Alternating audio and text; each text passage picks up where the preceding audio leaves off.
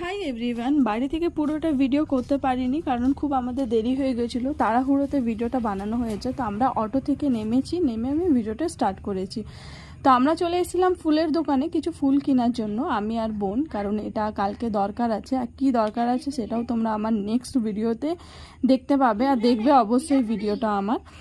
আর তোমাদের জানাই আমি এখানে যখন ফুল কিনছিলাম না, তো এই থোকা মানে একসাথে গোলাপগুলো বেঁধে রেখেছিল, এগুলো দেখতে এত ভালো লাগছিল। আর তারপরে যাই হোক, আমরা ফুল কেনাকাটা হয়ে যায়, কমপ্লিট হয়ে যাওয়ার পরে আমরা এই ফুলগুলো নিয়ে বাড়ি আসি আর কি। আর দেখতেই পাচ্ছ কত গোলাপ ফুল, মানে ফুল দেখলেই আমাদের মন সত্যি সুন্দর হয়ে যায়, মানে খুশি হয়ে যায় আর কি।